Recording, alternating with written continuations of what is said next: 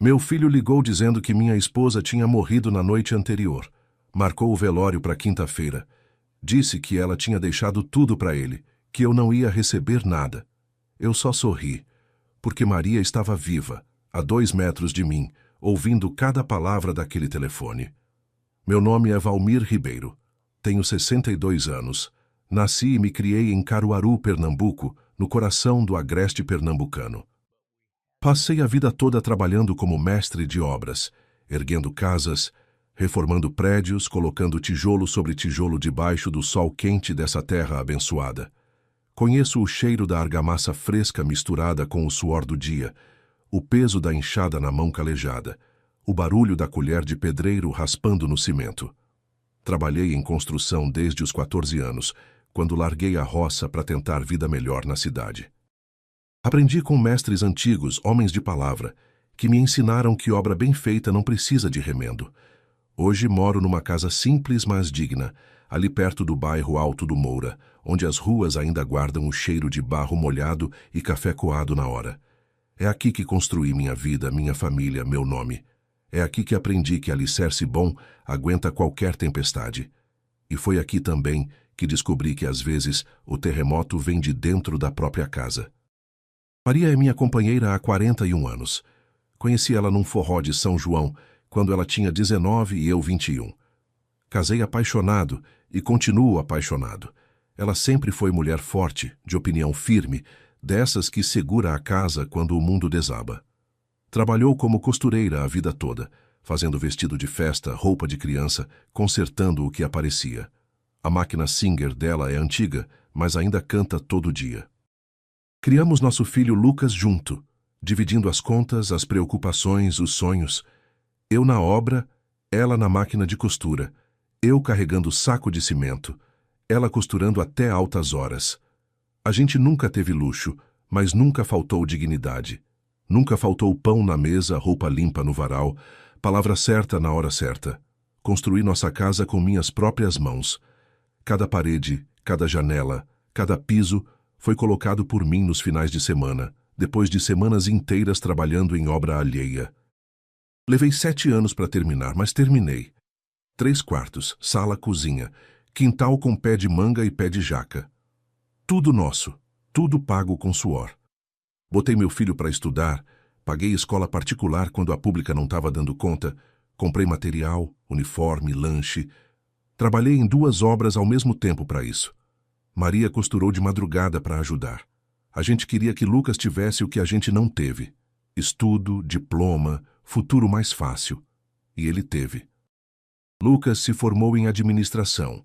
Arrumou emprego bom numa empresa grande, casou, teve vida confortável. A gente ficou orgulhoso, mas com o tempo algo mudou. Não sei dizer quando exatamente, mas mudou. As visitas ficaram mais raras, as conversas mais curtas, e quando ele aparecia, parecia que estava sempre calculando alguma coisa. Os olhos dele não olhavam mais para a gente com carinho. Olhavam com medida, como quem mede terreno para construção, como quem avalia quanto vale uma demolição. Antes de continuar minha história, preciso agradecer vocês que estão aqui me ouvindo. Se você está gostando dessa história, clica no like e se inscreve no canal Voz do Vovô. Deixa nos comentários de onde você está assistindo e que horas são aí na sua cidade agora. Todo dia tem história nova aqui. História de gente como eu e você, que já viveu muito e tem o que contar. Me ajuda compartilhando, que assim mais gente conhece nosso cantinho aqui. Pode continuar ouvindo, que agora vem o peso da história. Tudo começou a mudar de verdade, quando Maria completou 60 anos em março do ano passado. Lucas começou a falar demais sobre futuro, sobre organizar as coisas, sobre prevenir problema. Dizia que a gente estava ficando velho, que precisava deixar tudo documentado, que era melhor resolver logo. No começo achei que era preocupação de filho. Filho que se preocupa com os pais é coisa boa, pensei. Mas Maria desconfiou. Ela sempre teve esse faro de mãe que sente quando algo não bate certo. E dessa vez, o faro dela não falhou. Bloco 2. Construção do contexto. Nasci numa fazenda pequena perto de Belo Jardim, interior de Pernambuco, filho de trabalhador rural que não tinha terra própria. Meu pai, Severino Ribeiro, lidava com gado e roça alheia, trabalhando de sol a sol por diária que mal dava para o sustento. Minha mãe, Josefa Maria da Silva, lavava roupa para fora e cuidava de nós, 6 filhos como podia, esticando feijão com farinha, fazendo milagre com o pouco que tinha. Cresci descalço, tomando banho de açude, comendo o que tinha na safra. A infância que tive foi de trabalho, não de brinquedo. Aprendi a trabalhar cedo porque não tinha escolha. Aos 8 anos, já ajudava meu pai a cercar pasto, carregando o mourão que pesava quase mais que eu. Aos 10, carregava lata d'água na cabeça, 3, 4 vezes por dia, caminhando léguas até a casa. Aos 12, capinava a roça o dia inteiro debaixo do sol que rachava a terra, com as mãos sangrando de tanto segurar a enxada. Não tive infância de brincar na rua, de soltar pipa, de jogar bola. Tive infância de sobreviver, de acordar quando ainda estava escuro e dormir quando já não tinha mais força para ficar em pé. Quando fiz 14 anos, meu pai me levou para Caruaru. A gente foi numa carroceria de caminhão no meio de sacos de milho e outras famílias que também tentavam a sorte na cidade. Meu pai disse que lá eu podia arrumar serviço melhor, ganhar dinheiro de verdade, ter um futuro que a roça não dava. Me arrumou lugar numa obra pequena, através de um conhecido dele, carregando material, misturando massa, fazendo o que mandassem. O mestre de obras era um senhor chamado Zé Pereira, homem sério, de poucas palavras, de mãos calejadas e olhar que pesava. Foi ele quem me ensinou o ofício. Me ensinou a segurar a colher de pedreiro direito, a nivelar parede no prumo, a fazer massa na medida certa. 3 partes de areia para uma de cimento quando é reboco, 4 para uma quando é assentamento. Dizia que obra mal feita volta para assombrar o homem que fez, que parede torta não se esconde com pintura, que alicerce fraco derruba a casa inteira. Levei essas lições para o resto da vida. Passei anos como ajudante. Acordava às 5 da manhã, quando o galo ainda não tinha cantado a segunda vez. Caminhava léguas até a obra, atravessando a cidade ainda no escuro, passando por vielas vazias e ruas de terra.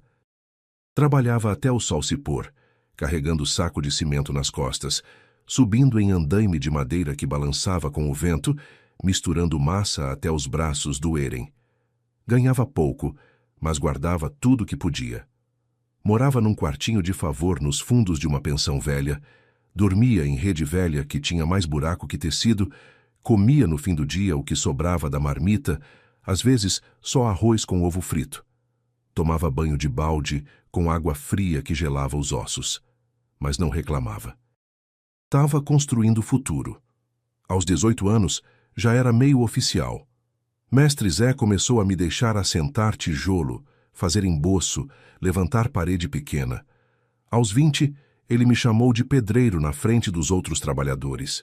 Foi a primeira vez que senti orgulho de verdade. Tinha profissão, tinha nome, tinha futuro, tinha respeito. Foi num São João de 1983 que conheci Maria. Eu tinha 21 anos, ela 19. Foi num forró na Praça Central, aquelas festas grandes que Caruaru faz todo ano, com bandas de sanfona, fogueira alta, cheiro de milho assado e canjica no ar. Ela estava com as amigas, vestido florido azul e branco, cabelo preso com uma flor, sorriso bonito que iluminava a noite. Eu estava sujo de obra ainda, tinha saído direto do trabalho, nem tinha passado em casa para trocar de roupa, mas tomei coragem e chamei para dançar. Ela olhou para mim, olhou para os meus braços sujos de cimento, olhou para os meus pés descalços dentro da sandália velha e aceitou. Dançamos a noite inteira. Forró, baião, xote. Conversamos até o sol nascer, sentados na beira da praça, vendo o movimento da festa acabar. Ela me contou que era costureira, que trabalhava em casa com a mãe, que ajudava a criar os irmãos mais novos, porque o pai tinha morrido quando ela tinha 12 anos. Eu contei que era pedreiro, que morava sozinho, que queria construir algo na vida, que queria ter casa própria, família, nome limpo. A gente se entendeu naquela noite, e não se desentendeu mais. Namoramos 2 anos. Eu trabalhando, ela costurando. Eu juntando dinheiro numa lata de biscoito que escondia debaixo da rede, ela fazendo enxoval aos poucos, guardando lençol, toalha, pano de prato. A gente se via aos domingos depois da missa, caminhava pela feira, tomava sorvete de palito quando tinha sobra de dinheiro. Casei com Maria em janeiro de 1985, numa cerimônia simples na igreja matriz do bairro, com poucos convidados, só a família dela, alguns colegas meus de obra, o mestre Zé Pereira, que foi meu padrinho. Bolo feito pela mãe dela, roupa emprestada de um primo. Não tinha dinheiro para festa grande, mas tinha amor de verdade. Alugamos uma casa pequena, 2 cômodos e banheiro fora, ali perto do centro, numa rua de terra que virava lama quando chovia. Maria montou a máquina de costura na sala, num cantinho perto da janela onde pegava luz. Eu saía todo dia para a obra às 5 da manhã, voltava às 6 da tarde.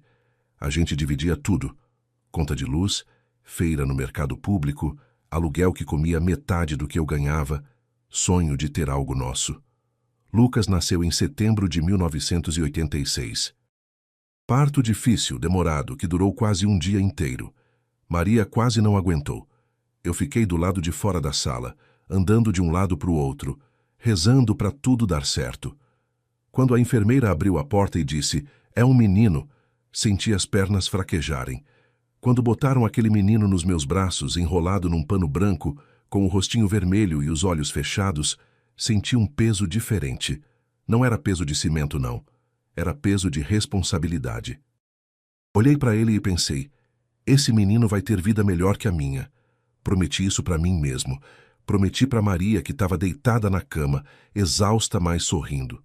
E cumpri. Ou pelo menos tentei cumprir com tudo que tinha. Trabalhei dobrado.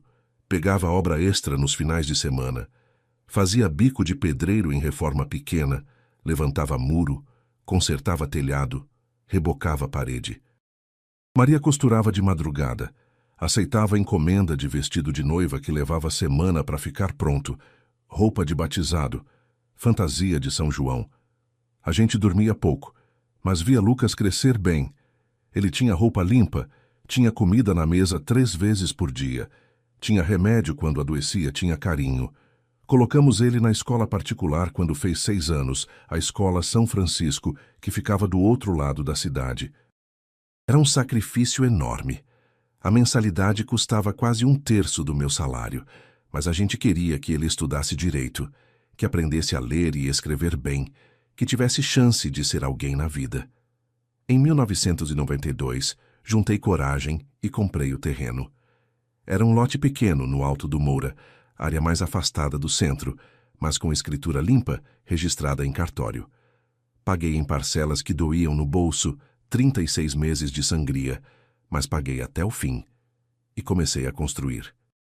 Todo sábado, todo domingo, todo feriado, eu estava lá, cavando alicerce com picareta e enxada, levantando parede tijolo por tijolo, colocando viga de ferro que pesava barbaridade, fazendo laje que levou 3 finais de semana só para concretar. Maria me ajudava misturando massa, carregando tijolo de mão em mão, trazendo água do vizinho, porque ainda não tinha água encanada. Lucas, ainda pequeno, ficava brincando no canto com os pedaços de madeira e tijolo quebrado, achando que aquilo era aventura, que estava construindo junto com o pai. A casa demorou 7 anos para ficar pronta.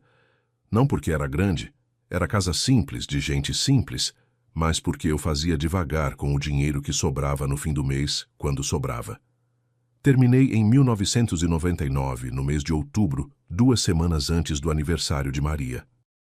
3 quartos pequenos, sala que dava para a cozinha, banheiro dentro de casa com azulejo branco que eu coloquei 1 por 1, quintal grande com espaço para plantar, para ter horta, para ter vida.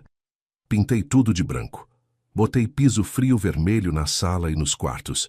Fiz portão de ferro com o dinheiro extra de uma obra grande que peguei. Maria chorou quando a gente mudou, quando carregou a máquina de costura dela pela porta da frente. Eu também chorei, mas escondi. Limpei o rosto com a manga da camisa e disse que era suor. Era a nossa conquista, o nosso pedaço de chão, o nosso lugar no mundo. Lucas cresceu naquela casa. Estudou no quarto do fundo, onde eu coloquei uma mesinha e uma estante para ele guardar os livros. Se formou no ensino médio com notas boas, passou no vestibular para administração numa faculdade particular, a Fafica.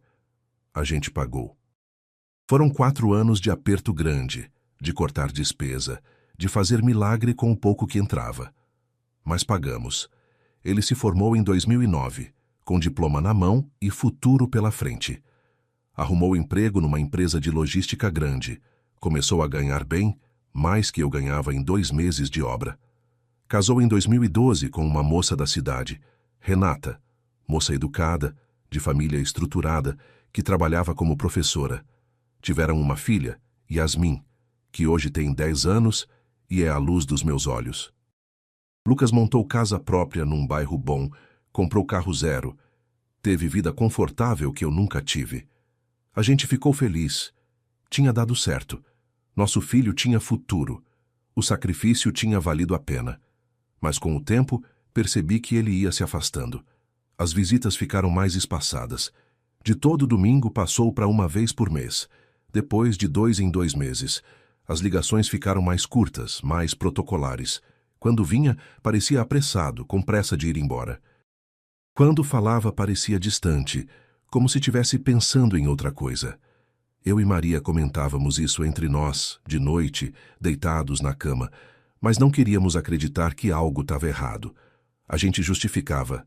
Ele está ocupado, ele tem família própria, ele tem trabalho. É normal o filho crescer e se afastar, mas no fundo mesmo, a gente sentia que não era só isso. Até que, no aniversário de 60 anos de Maria, em março do ano passado, Lucas apareceu com um papo diferente. Chegou sério, sentou na sala, chamou a gente para conversar. Não trouxe bolo. Não trouxe presente. Trouxe preocupação, disse ele. Disse que estava preocupado com o futuro da gente, que a gente estava envelhecendo, que precisava organizar a herança antes que fosse tarde, que era melhor deixar tudo documentado enquanto dava tempo. Falou de um jeito técnico, como se tivesse lido num manual, como se tivesse decorado. Disse que tinha visto casos de gente que deixou para resolver tarde e deu problema. Que tinha conhecido gente que ficou doente e perdeu tudo porque não tinha organizado nada. Maria olhou para ele com aquele olhar de mãe que sabe quando algo não está certo. Franziu a testa, cruzou os braços, perguntou por que a pressa. Lucas disse que não era pressa, era planejamento, que a gente podia ficar doente, esquecer as coisas, ter problema de memória. Que era melhor resolver logo enquanto a gente estava lúcido. Trouxe até papel impresso, um modelo de escritura de doação em vida, já preenchido com o nome dele no campo de beneficiário.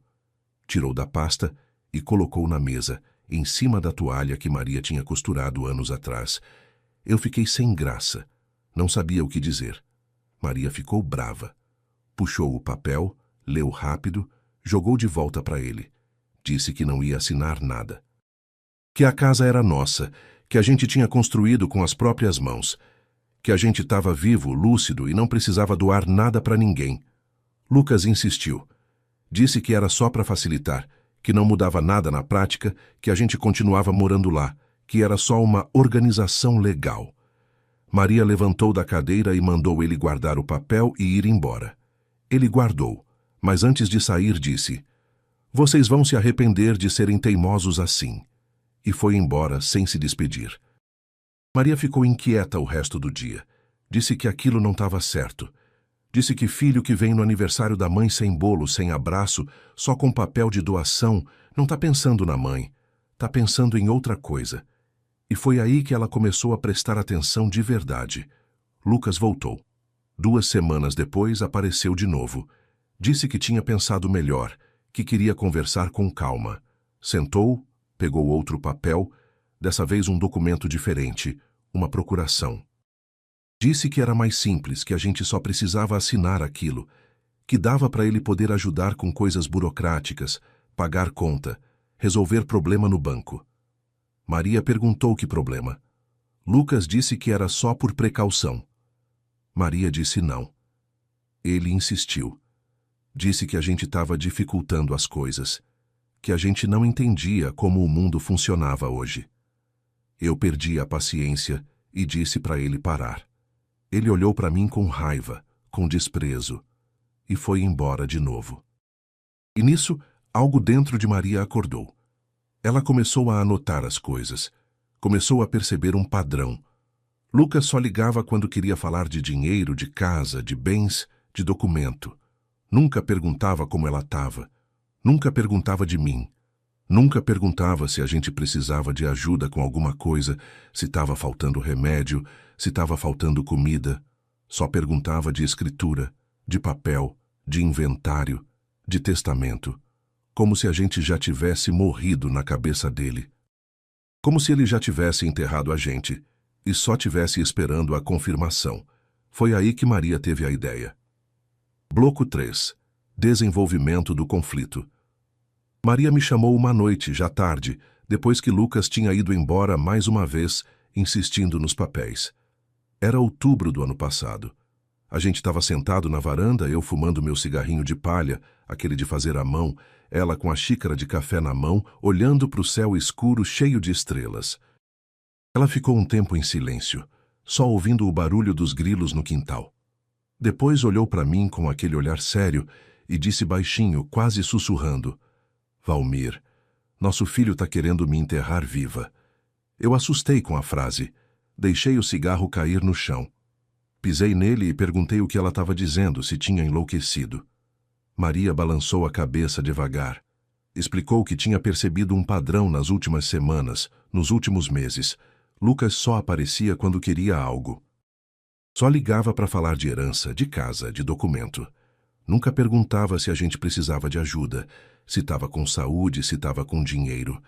Ele estava tratando a gente como obstáculo, não como pais, como coisa que precisa ser removida para ele poder seguir em frente. Ele está esperando a gente morrer, Valmir, ela disse com a voz embargada. Ou pior, está tentando apressar isso. Não com veneno, não, mas com pressão, com papel, com mentira. Eu quis duvidar. Quis dizer que ela estava exagerando, que era coisa da cabeça dela, que Lucas era nosso filho, e filho não faz isso. Mas no fundo, eu também tinha sentido aquilo. Só não queria admitir, porque admitir isso é admitir que a gente falhou, que a gente criou um filho que não presta, que todo o sacrifício foi em vão. Maria então disse que ia fazer um teste, ia fingir que estava ficando fraca, esquecida, doente, ia ver como Lucas reagia. Se ele demonstrasse preocupação de verdade, se oferecesse ajuda de verdade, se viesse por amor e não por interesse, ela estava errada e ia pedir desculpa. Mas se ele acelerasse a pressão pelos bens, se aproveitasse da fraqueza dela para forçar papel, para tomar decisão, aí a gente ia saber a verdade doída, mas verdade. Concordei, mas com o coração apertado, sangrando por dentro. Não queria acreditar que meu próprio filho podia ser assim. Mas também não podia negar o que Maria tinha percebido. Maria começou devagar. Nas ligações, passou a falar que estava cansada, que estava esquecendo coisas, que não estava dormindo direito. Dizia que tinha esquecido de desligar o fogão, que tinha esquecido onde colocou a chave, que estava sentindo dor nas costas, no joelho, na cabeça. Quando Lucas vinha visitar, ela fingia dificuldade para lembrar nomes de pessoas, datas importantes, deixava cair objetos, reclamava de tontura, de vista embaralhada. Eu ajudava na encenação, confirmava o que ela dizia, mas me corroía por dentro toda vez que tinha que mentir. Lucas mordeu a isca rápido demais mesmo. Em novembro, ele apareceu com Renata, a esposa dele.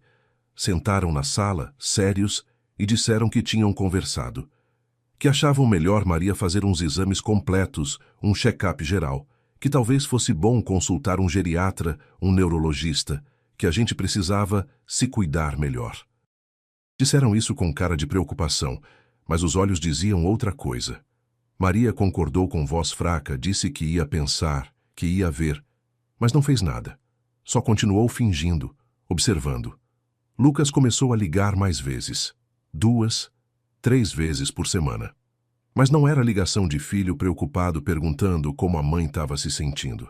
Era ligação de inventário. Perguntava onde estava a escritura da casa. Perguntava se a gente tinha dinheiro guardado no banco, se tinha poupança, aplicação. Perguntava se tinha algum seguro de vida, alguma aposentadoria além da que a gente recebia. Perguntava se tinha algum bem, algum carro velho guardado, alguma coisa de valor. Dizia que precisava saber de tudo para poder ajudar melhor. Maria respondia com voz trêmula, fraca, dizendo que não lembrava direito, que estava confusa, que eu é quem cuidava dessas coisas. Lucas então começou a me ligar diretamente. E comigo, ele era mais direto, mais agressivo. Disse que precisava de uma procuração para poder resolver as coisas, caso algo acontecesse com a gente. Disse que era procedimento normal, que todo filho responsável fazia isso, que era só precaução, que não custava nada, que era para facilitar. Eu disse que ia pensar, que precisava conversar com Maria. Ele insistiu, elevou o tom de voz. Disse que eu estava sendo teimoso, que eu não entendia como o mundo funcionava hoje, que as coisas precisavam estar regularizadas, senão a gente podia perder tudo. Eu desliguei o telefone na cara dele. Primeira vez na vida que fiz isso com meu filho.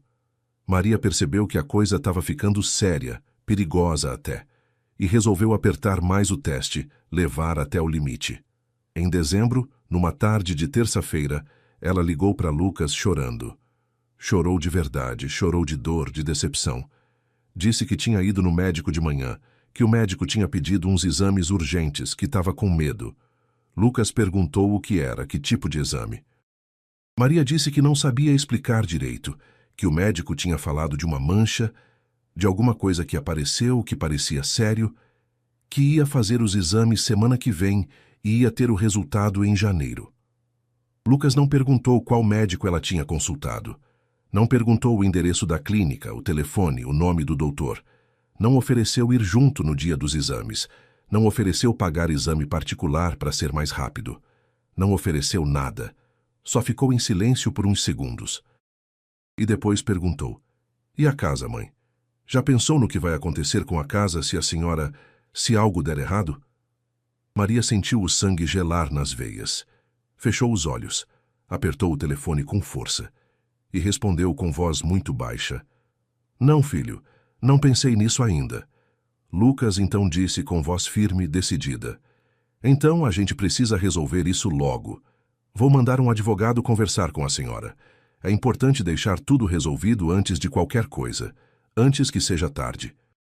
Maria concordou com voz trêmula e desligou. E quando desligou, ela chorou de verdade. Sentou no chão da cozinha e chorou. Eu abracei ela, segurei ela, chorei junto, porque naquele momento a gente teve certeza que dói, que corta, que mata um pedaço da gente. Meu filho estava planejando a morte da própria mãe como quem planeja uma compra, como quem faz lista de mercado, como quem organiza gaveta. Mas Maria tinha sangue frio, tinha determinação. Ela levantou, secou as lágrimas, lavou o rosto na pia e disse que agora ia até o fim, que ia provar para ela mesma, para mim e para o mundo inteiro quem o filho dela tinha se tornado. Ela anotou tudo, cada ligação, com data e hora, cada conversa, com o que foi dito. Gravou ligações no celular velho que eu tinha dado para ela, guardou mensagens de WhatsApp, imprimiu conversas, organizou tudo numa pasta de plástico verde que escondia dentro do guarda-roupa, no fundo, atrás das cobertas velhas. E foi numa advogada de verdade, doutora Silvia Menezes, advogada conhecida dela, que atendia num escritório pequeno ali na rua 15 de novembro, perto do centro. Maria marcou consulta, foi sozinha, contou tudo. A advogada ficou chocada, mas não duvidou. Disse que já tinha visto casos parecidos mais do que gostaria. Disse que, infelizmente, isso era mais comum do que parecia. Filhos que tentam forçar pais idosos a doar bens. Filhos que coagem, que manipulam, que mentem. Disse que ia ajudar. Maria então fez algo que eu nem imaginei que ela fosse capaz. Mudou a titularidade dos bens. Transferiu a casa para o nome de uma sobrinha dela, Cláudia Nascimento, filha da irmã dela que tinha morrido anos atrás, mulher séria, de confiança, que trabalhava num cartório. Fez um acordo por escrito, autenticado em cartório, de que aquilo era só uma proteção temporária, que a casa continuava sendo nossa, que era só para impedir que Lucas tomasse a força. Cláudia aceitou sem questionar. Disse que fazia com o coração, que sabia que Maria era mulher direita. Deixou tudo registrado certinho. Lucas não podia saber.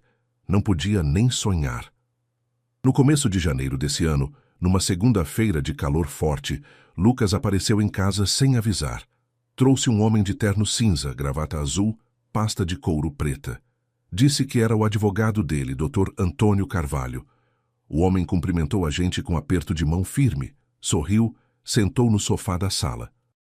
Abriu a pasta devagar, tirou uns papéis brancos já preenchidos e colocou na mesa de centro, em cima da toalha de crochê que Maria tinha feito. Disse que era uma doação em vida, um procedimento simples e comum, que Maria só precisava assinar ali na última página, reconhecer firma no cartório e pronto, que era para proteger o patrimônio dela, para garantir que tudo ficasse na família, para evitar problema futuro com inventário, imposto, burocracia. Maria fingiu confusão. Pegou os papéis com mão trêmula, olhou sem entender, pediu os óculos.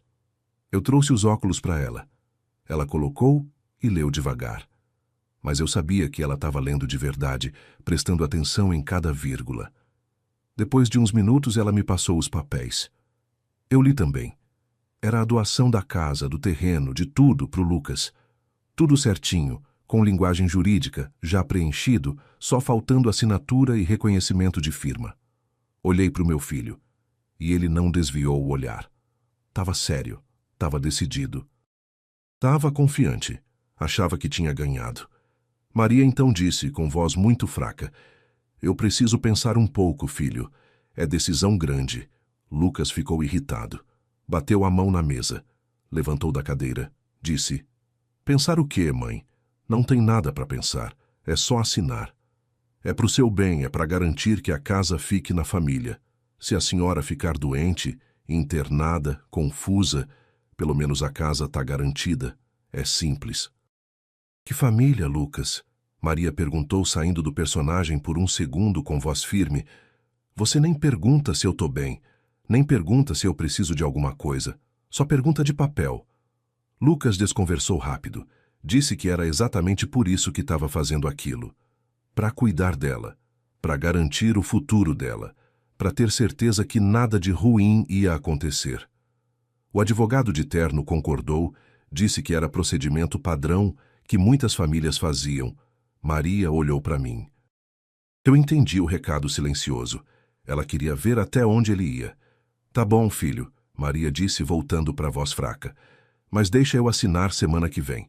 Hoje eu tô muito cansada, tô com dor de cabeça. Não consigo pensar direito. Lucas aceitou, mas deixou os papéis em cima da mesa. Disse que voltava na segunda-feira seguinte para buscar tudo assinado. Levantou, ajeitou a camisa, pegou a pasta. O advogado de terno levantou também. Eles foram embora.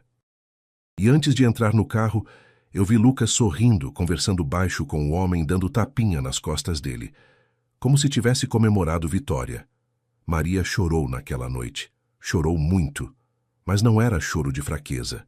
Era choro de dor de mãe, de decepção profunda, de luto por um filho que já não existia mais, que tinha morrido por dentro, que tinha virado outra pessoa.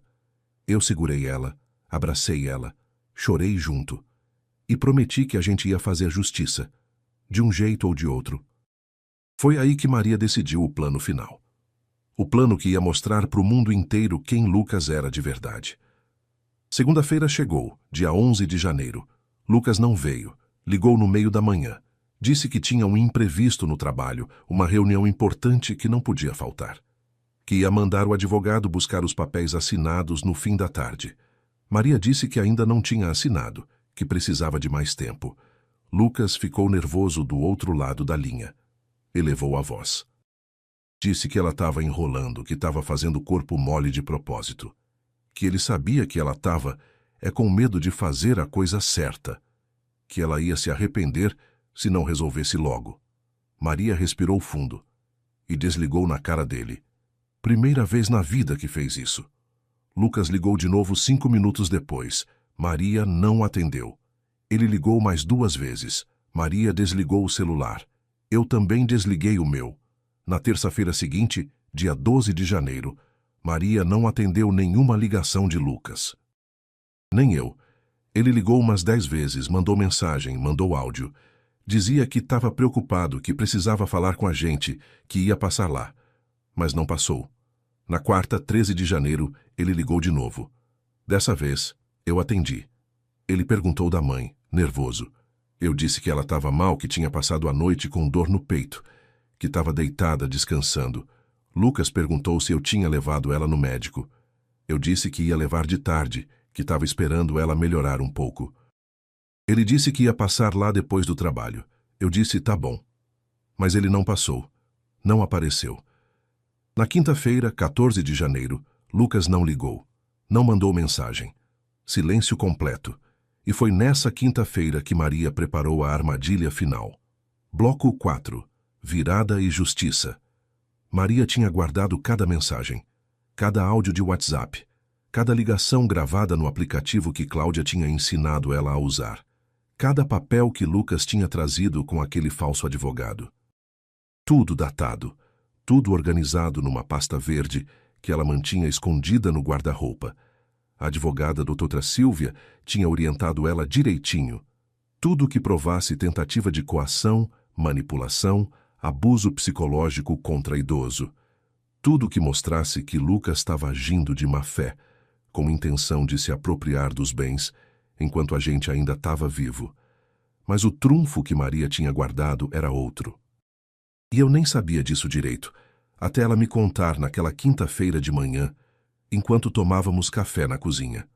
Acontece que Cláudia, a sobrinha de Maria, aquela para quem ela tinha transferido a casa temporariamente, trabalhava como escrevente num cartório grande ali na Avenida Rio Branco. Cartório de registro de imóveis, lugar onde passava muita coisa, muita gente. E ela conhecia o tal advogado que Lucas tinha levado na nossa casa. Conhecia bem, inclusive. Porque ele já tinha aparecido naquele cartório várias outras vezes, sempre com casos parecidos, sempre com filhos tentando registrar doação de imóvel de pais idosos, sempre com histórias esquisitas, papéis que pareciam forçados, assinaturas trêmulas que não pareciam voluntárias. Cláudia tinha comentado isso com Maria semanas atrás, mas não tinha dado importância na hora. Só quando Maria mostrou para ela a foto do homem de terno que tinha vindo aqui em casa, Cláudia confirmou. Era ele mesmo. E ela sabia mais. Sabia que aquele homem não era advogado de verdade. Era um despachante, um intermediário, que se passava por advogado para ganhar comissão em doações forçadas. Ele trabalhava com filhos interesseiros, oferecia o serviço de convencer pais idosos a doar bens em vida. Usava pressão psicológica, mentia dizendo que era obrigatório e ficava com uma porcentagem gorda do valor do imóvel. Tinha até processo aberto contra ele na OAB, mas até aquele momento não tinha dado em nada grave, só advertência. Maria tinha anotado tudo, nome completo do sujeito, Antônio Ferreira Carvalho. Não tinha registro na OAB de Pernambuco. Não era advogado, era estelionatário. E Maria tinha testemunha para provar, a própria Cláudia, que podia confirmar em cartório na frente de quem fosse necessário. Mas Maria decidiu ir além. Ela conversou com doutora. Silvia, numa reunião que teve no escritório dela, levou todos os documentos, todas as gravações, e pediu uma coisa que me deixou de boca aberta quando ela me contou naquela manhã. Eu vou fingir que morri, Valmir. Vou deixar Lucas acreditar que eu morri de verdade, e vou ver o que ele faz quando achar que eu não tô mais aqui. Achei loucura completa.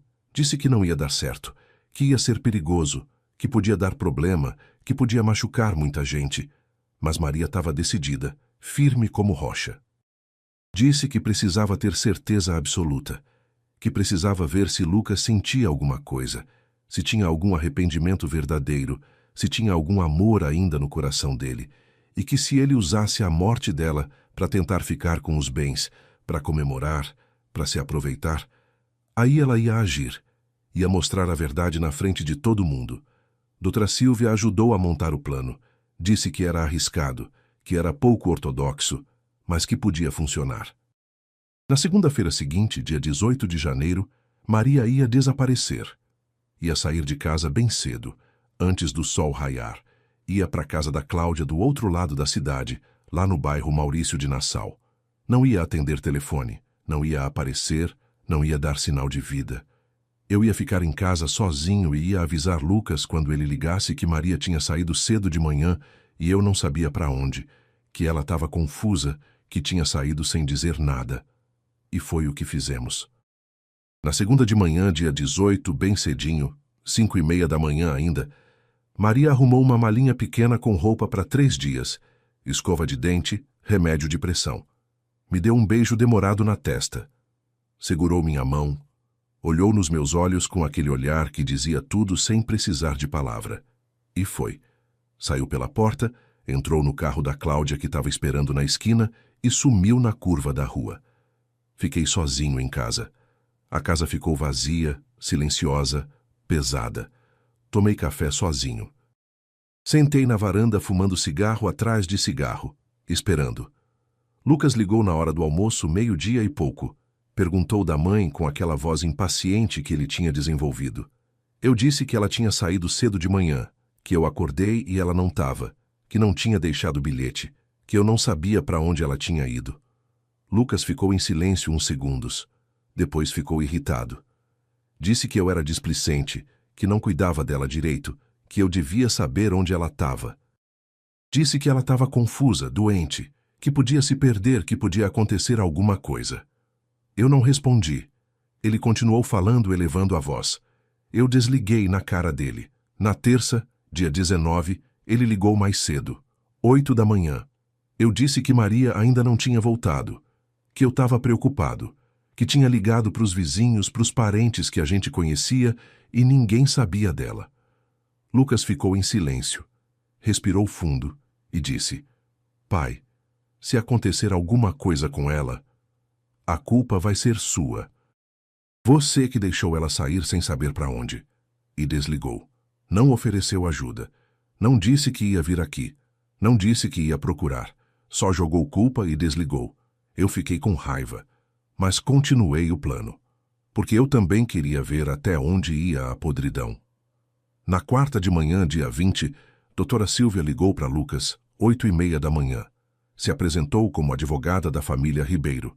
Disse que tinha uma notícia muito ruim. Que Maria Ribeiro, mãe dele, tinha falecido na noite anterior, terça-feira, dia 19, em casa de parada cardiorrespiratória, que o corpo tinha sido encontrado por mim de manhã cedo, que estava no IML aguardando liberação, que o velório ia ser na quinta, dia 21 de janeiro, às 10 da manhã, na Capela São José, ali perto do centro. Lucas ficou em silêncio. Um silêncio longo, pesado. Depois perguntou com voz estranhamente calma: E o meu pai? Como ele está? Doutora. Silvia disse seguindo o roteiro que Maria tinha preparado. Seu pai está em choque, sem condições de falar com ninguém no momento. Estou cuidando dos trâmites legais. Lucas agradeceu com voz formal e desligou. 15 minutos depois, ele me ligou. E foi aí que veio aquela frase que eu nunca vou esquecer. Aquela frase que confirmou tudo. Aquela frase que matou o último resquício de esperança que eu ainda tinha. Pai, a mãe morreu ontem à noite. Voz seca, sem choro, sem tremor. Como quem anuncia que choveu. O velório é quinta-feira, já resolvi tudo. Já conversei com a funerária, já encomendei flores, já avisei a família. Pausa curta. Ah, e o advogado confirmou. Ela deixou tudo para mim no testamento. A casa, o terreno, tudo. Você não vai receber nada. Mas fica tranquilo, você pode continuar morando aí enquanto eu não resolver o que fazer com o imóvel. Eu não respondi. Fiquei em silêncio. Só sorri. Um sorriso amargo, de dor. Porque Maria estava do meu lado naquele exato momento, na sala da casa da Cláudia, ouvindo pelo viva-voz do celular. Ela me olhou através da tela do telefone. A gente estava fazendo chamada de vídeo. E tinha lágrima escorrendo no rosto dela. Mas não era lágrima de tristeza. Era de confirmação, de dor confirmada, de filho perdido, de certeza que machuca, mas liberta. Lucas não perguntou se eu estava bem. Não perguntou se eu precisava de alguma coisa. Não ofereceu ajuda. Não disse que ia vir me buscar, me dar apoio. Só falou de herança, de casa, de bens. E desligou. Desligou rápido porque tinha outros telefonemas para dar, outros avisos para fazer, outras providências para tomar. Maria desligou a chamada de vídeo. Sentou na cama do quarto de hóspedes da Cláudia, respirou fundo, enxugou as lágrimas e disse para Cláudia que estava ao lado dela: "Agora eu vou até o fim. Agora ele vai ver quem eu sou de verdade." Na quinta-feira de manhã, dia 21, a Capela São José estava cheia. Lucas tinha avisado todo mundo que conhecia. Parentes distantes que a gente não via fazia anos, vizinhos do bairro, colegas de trabalho dele, conhecidos da igreja que Maria frequentava. Até gente que eu nem sabia quem era apareceu. Tinha coroa de flores nos dois lados da entrada. Tinha faixa de pêsames pendurada na parede com o nome de Maria escrito em letras douradas. Tinha até foto dela numa moldura grande em cima de uma mesa, coberta com toalha branca, porque não tinha caixão ainda. Lucas tinha dito que o corpo ainda estava no IML, que ia chegar mais tarde. Lucas estava lá na entrada, de terno preto bem passado, gravata preta, sapato engraxado, recebendo abraços, apertando mãos, ouvindo palavras de conforto. Renata, a esposa dele, estava do lado dele, de vestido preto até o joelho, cabelo preso, óculos escuros mesmo dentro da capela. Yasmin, a neta de 10 anos, estava sentada num banco do canto, quietinha, de vestido escuro olhando para o chão. Lucas estava recebendo os pêsames como quem recebe parabéns numa formatura. Sério, mas não abalado, composto, firme, controlado demais para alguém que tinha perdido a mãe na véspera. Eu cheguei mais tarde, de propósito, como Maria tinha me orientado. 10h20 da manhã. Entrei devagar pela porta lateral. As pessoas me viram e o burburinho diminuiu. Vieram até mim, me abraçaram. Disseram que sentiam muito, que Maria era uma mulher maravilhosa, que era uma perda irreparável, que eu tinha que ser forte. Eu agradecia com aceno de cabeça, sem falar nada, de cabeça baixa. Lucas me viu e veio até mim. Me deu um abraço rápido, protocolar, daqueles que não passam de encenação. "Pai, sinto muito", ele disse com voz formal. Eu não respondi, só olhei para ele. Ele continuou já olhando para o relógio. Eu resolvi tudo. O enterro é às 2h no cemitério São João Batista. Depois a gente precisa conversar sobre a casa, sobre os documentos, sobre... Não terminou a frase, porque a porta da capela se abriu com um barulho seco e Maria entrou. Andando devagar, mas firme. Viva, inteira, real, vestida com roupa branca, cabelo solto, sem maquiagem. O silêncio foi instantâneo, absoluto. Todo mundo virou ao mesmo tempo, todo mundo congelou. Era como se o tempo tivesse parado dentro daquela capela. Lucas empalideceu. O rosto dele perdeu toda a cor. A boca abriu, mas não saiu som. Maria caminhou pelo corredor central. Olhou para cada pessoa. Depois parou no meio da capela. Olhou para o filho. E disse com voz calma, mas cortante como lâmina: "Meu filho, você anunciou minha morte antes da hora." Lucas tentou falar. Moveu a boca. Não saiu som. Maria continuou agora com voz mais alta, para todo mundo ouvir. "Você me visitava não para saber se eu estava bem, mas para saber quando eu ia morrer. Você trouxe um falso advogado aqui em casa para me forçar a assinar papéis de doação.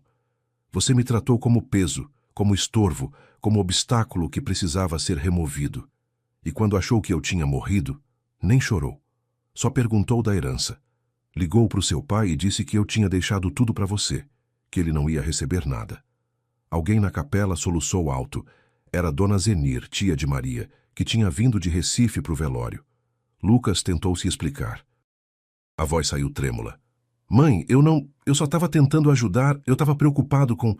"Ajudar?" Maria avançou 2 passos na direção dele. "Ajudar? Você ligou para o seu pai ontem dizendo que eu tinha morrido e que ele não ia receber nada da herança. Nada, Lucas. Você nem esperou eu esfriar. Você me enterrou viva na sua cabeça e já estava dividindo meus restos." Lucas olhou em volta. Todo mundo estava olhando para ele. Dona Zenir chorava alto. Alguns parentes afastaram dele. Renata, a esposa, deu um passo para trás, se afastando. Yasmin começou a chorar no canto. Maria então tirou um envelope pardo da bolsa, envelope grosso, cheio. Entregou para Lucas com a mão firme. Aqui tem cópia de todas as mensagens que você mandou. Todas as ligações gravadas, onde você só pergunta de dinheiro, de casa, de documento. Aqui tem o nome completo do falso advogado que você trouxe, Antônio Ferreira Carvalho, que não tem registro na OAB e já responde processo por estelionato. Aqui tem a transferência da casa para o nome da Cláudia, que você não sabia que existia, feita para te impedir de roubar o que não é seu. E aqui, ela apontou para mim, tem a assinatura do seu pai autorizando tudo isso. Lucas abriu o envelope com mão trêmula, tirou os papéis, leu a primeira página, ficou branco que nem parede caiada. A casa não é mais minha, Maria disse com voz firme.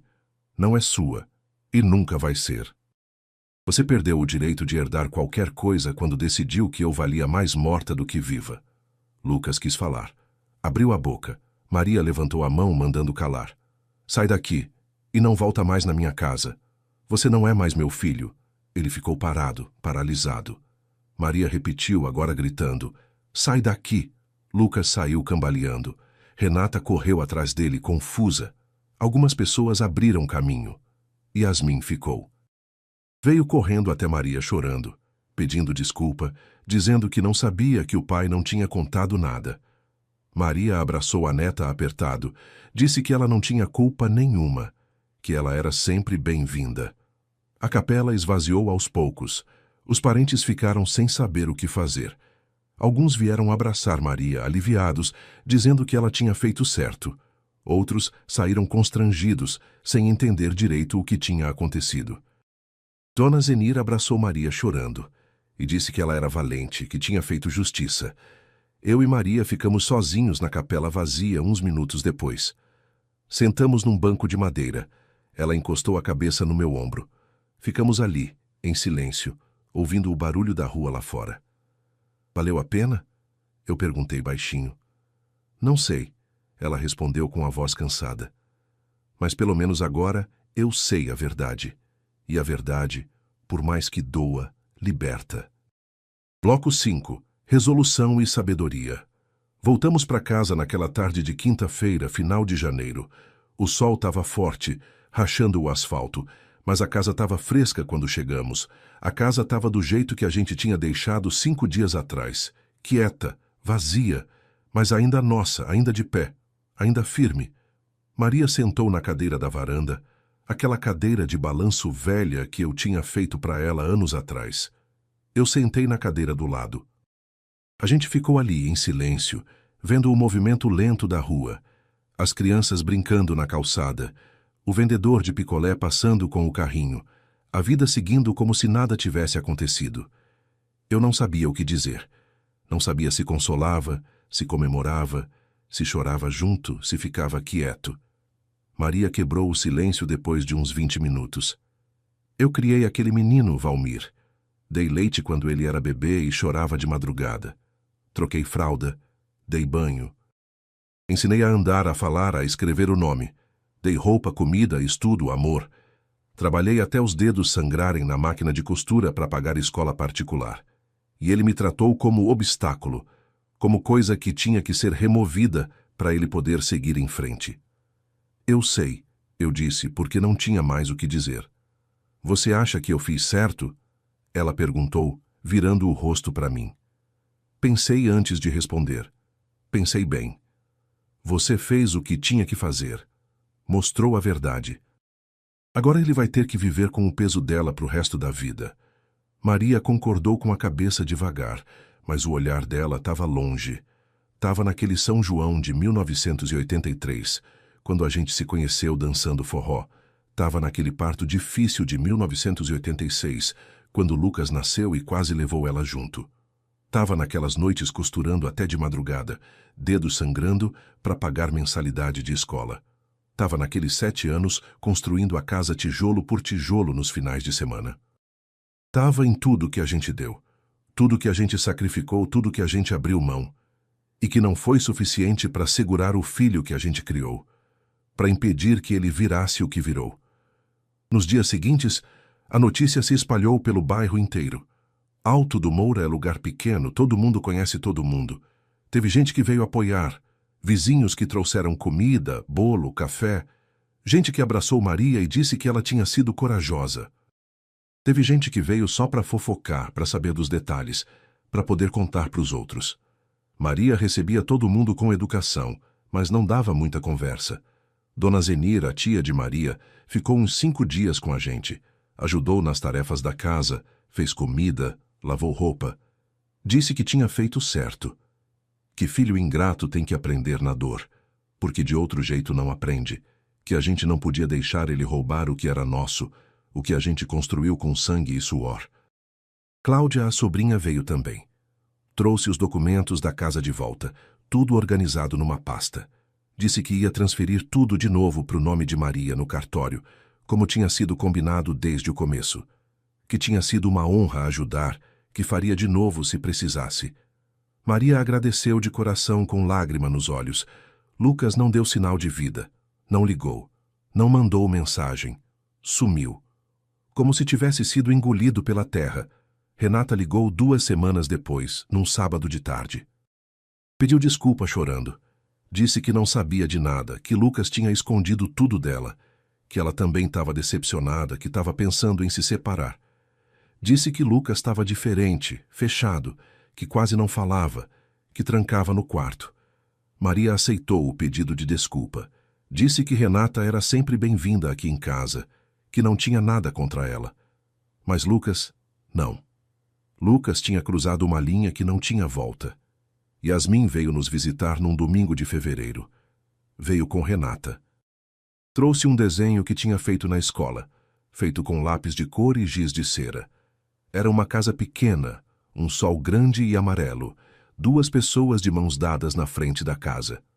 Escrito embaixo com letra torta de criança: Vó e vô, eu amo vocês. Maria chorou quando viu. Abraçou a neta apertado e disse que ela podia vir sempre que quisesse, todo domingo se ela quisesse. Yasmin disse que o pai estava triste, que estava diferente, que quase não conversava mais com ela, que só ficava olhando para o celular. Maria não respondeu. Só apertou a mão da neta e deu beijinho na testa dela. Hoje, quase 6 meses depois daquele velório falso que expôs a verdade, a vida voltou ao normal. Mais ou menos. O normal agora é diferente. Maria ainda costura todo dia, aceita encomenda de roupa, conserta bainha, faz vestido de festa. Recebe as clientes aqui em casa, conversa, toma café, conta história. Eu ainda faço uns bicos em obra quando chamam. Reboco parede, conserto telhado, ajudo amigo. A casa ainda é nossa, com escritura no nome dela de novo, registrada, protegida. Mas tem uma cadeira vazia na mesa, tem um telefone que não toca mais, tem um filho que não existe mais. Não foi a morte que levou Lucas, foi a ganância, foi a pressa, foi a impaciência. Foi a ideia de que pai e mãe são degraus que se pisa para subir na vida e depois se esquece lá embaixo, jogados, quebrados. Às vezes, de noite, quando a casa fica silenciosa e só se ouve o barulho dos grilos no quintal, Maria acorda e chora baixinho. Eu finjo que não escuto para não deixar ela constrangida, mas escuto. Sei que ela chora pelo filho que criou, não pelo filho que ele virou. Chora pela criança que ela embalou no colo, não pelo homem que tentou roubar dela. E eu também choro calado quando ela dorme, porque a gente trabalhou a vida inteira para dar futuro para ele, para dar educação, oportunidade, vida melhor. E ele só queria o nosso fim. Só queria que a gente sumisse para ele poder pegar o que era nosso. Mas no meio da dor, no meio da decepção, no meio do luto por um filho vivo, tem uma lição. E é essa lição que eu quero deixar aqui, para quem está me ouvindo até agora. Filho não é investimento. Filho não é garantia de velhice tranquila. Filho não é seguro de vida. Filho é risco. A gente cria com amor, ensina com paciência, dá tudo o que tem e tudo o que não tem, mas não tem como controlar o que ele vai virar. Tem filho que honra os pais, tem filho que cuida, tem filho que agradece, mas tem filho que esquece, Tem filho que abandona, tem filho que enterra os pais vivos com papel, com mentira, com ganância. E quando chega esse filho, quando a gente descobre que criou um estranho, a gente tem duas escolhas: deixar ele fazer o que quer, se aproveitar, roubar o que é nosso, ou mostrar que ainda estamos vivos, que ainda temos força, que ainda temos dignidade. Maria escolheu mostrar. E eu escolhi ficar do lado dela, como sempre fiquei. Foi doloroso? Foi. Valeu a pena? Ainda não sei. Talvez nunca saiba. Mas pelo menos a gente não deixou a mentira vencer. Não deixou a injustiça passar. Se você está passando por algo parecido, se tem filho que só liga quando quer algo, se sente que está sendo tratado como peso, como obstáculo, como coisa que atrapalha, não deixa. Você trabalhou a vida inteira. Você construiu com as próprias mãos. Você merece respeito. Você merece dignidade. Você merece ser tratado como gente, não como degrau. E se o filho não dá isso, a vida dá. Nem que seja mostrando para todo mundo quem ele realmente é por dentro. Agradeço de coração por ter me ouvido até aqui, por ter ficado comigo até o final dessa história, que dói, mas que precisa ser contada. Se essa história tocou você de alguma forma, se você sentiu o peso dela, clica no like e se inscreve no canal Voz do Vovô. Aqui tem história de gente de verdade, de vida vivida, de dor sentida e de lição aprendida na marra. E para quem assistiu até o final, deixa nos comentários a palavra justiça. Quero saber quantos de vocês entenderam o recado. E não esquece de conferir as outras histórias aqui do canal. Tem duas aí na tela que você vai gostar também. História de gente que passou por coisa parecida e teve coragem de reagir. Um abraço forte desse velho que ainda está em pé e que vai continuar em pé, com a cabeça erguida, enquanto Deus permitir e enquanto tiver força nesse corpo cansado. Obrigado mesmo.